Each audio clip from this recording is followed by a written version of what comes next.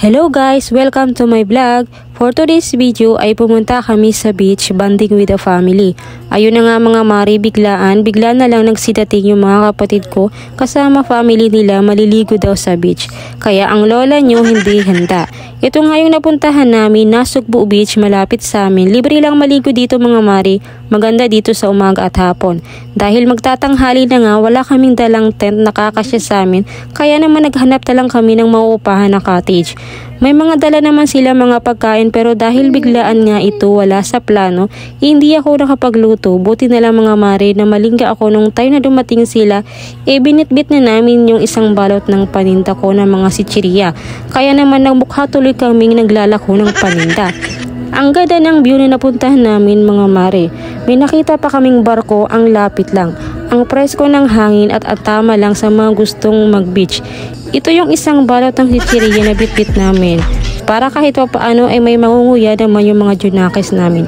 Ang ganda dito mga mari, sulit ang maghapon nyo dito. 1K ang opa bawat lamesa kahit ilan pa kayo kadami.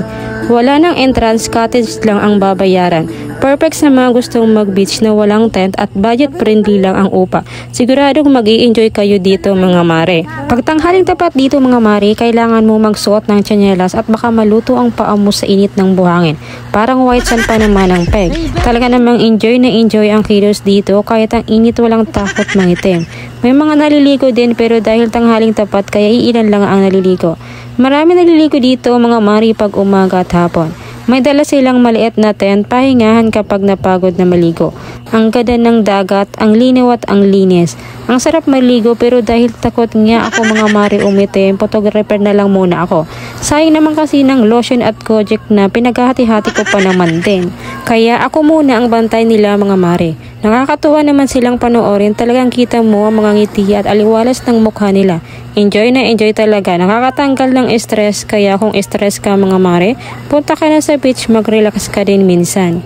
Sabi nga nila, just enjoy and relax, be happy always.